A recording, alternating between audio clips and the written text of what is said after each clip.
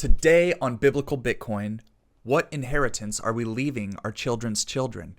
Given that Proverbs 13:22 states, a good person leaves an inheritance for their children's children. I want to think about this verse on a generational scale with you guys today. We'll break down and simplify the idea of debt through a scriptural lens, explain the problems of a debt-based system and what it will lead to, and how Bitcoiners see this playing out. Let's run it. We live in a debt-based system. This means we are borrowing from the future to pay for the present. And who's going to have to pay this debt?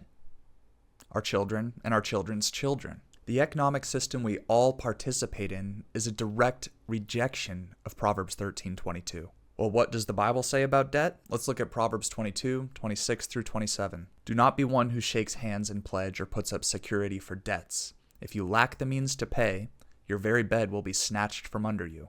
Do we know that our children's children will have the means to pay, or will their bed be snatched from under them? Let's see what else is said about debt. Proverbs 22:7, the borrower is slave to the lender. Not good. Proverbs 11:15, whoever puts up security for a stranger will surely suffer, but whoever refuses to shake hands in pledge is safe. Definitely more warnings here. Deuteronomy 15:6, for the Lord your God will bless you as he has promised, and you will lend to many nations, but will borrow from none. You will rule over many nations, but none will rule over you. Even on a national level, it's a blessing to not be a nation of indebtedness. But what are the tangible consequences of debt today and in the future? The United States is currently over $38 trillion in debt, a number that's inconceivable to most people. Every year, a portion of the national budget is allocated towards paying off interest of the debt. The interest payments on the debt now are currently larger than the budget for the U.S. military. How has this gone on for so long to where we can afford this debt? Easy. The Fed prints more dollars out of thin air and boom, problem solved. Not really. When more dollars are printed, they become less scarce. And since scarcity provides value, the dollars become less valuable.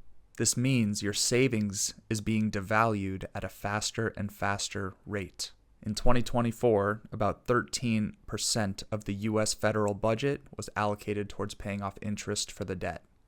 Just 10 years ago in 2014, that number was 6.5%.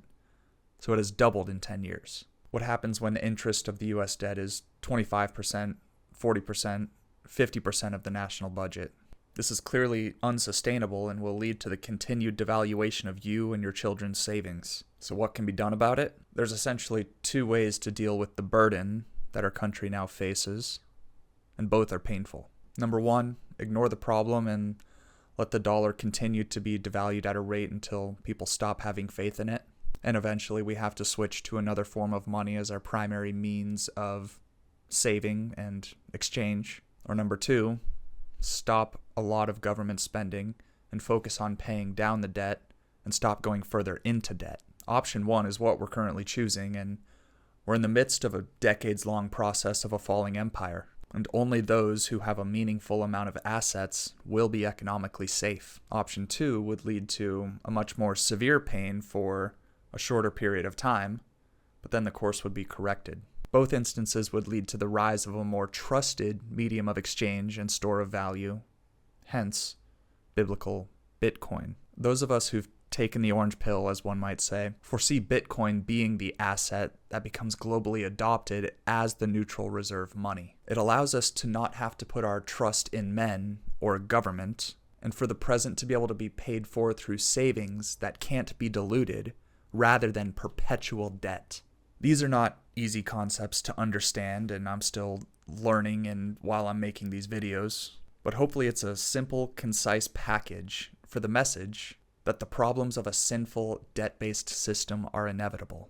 But they're what Bitcoin was designed to solve. For me and my house, we will serve the Lord and adopt a Bitcoin standard, because I want to leave my children's children with an inheritance, and I want to leave the next generation a system that doesn't punish them for the sins of their ancestors. Thank you for tuning in to today's episode of Biblical Bitcoin. Biggest thing you can do to support the channel is like and subscribe. Also go ahead and comment the kind of inheritance you would like to leave your children's children.